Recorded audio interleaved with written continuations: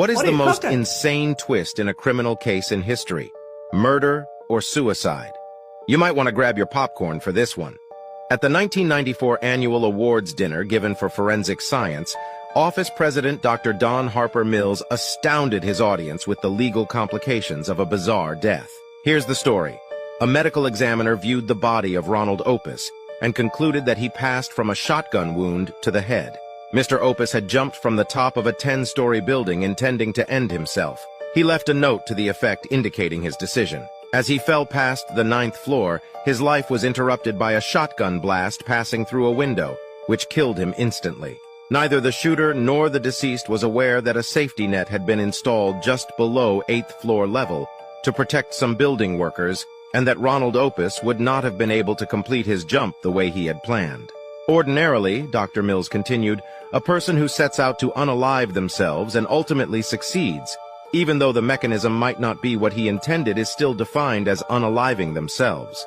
Because Mr. Opus was shot on the way to certain death, but probably wouldn't have been successful because of the safety net, caused the medical examiner to feel that he had a homicide on his hands. The room on the 9th floor where the shotgun blast emanated was occupied by an elderly man and his wife. They were arguing vigorously, and he was threatening her with a shotgun. The man was so upset that when he pulled the trigger, he completely missed his wife, and the pellet went through the window, striking Mr. Opus. When confronted with the murder charge, the old man and his wife were both adamant that they thought the gun was unloaded. The old man said it was a long-standing habit to threaten his wife with it unloaded. He had no intention to murder her, therefore the killing of Mr. Opus would be an accident. That is, if the gun had been accidentally loaded.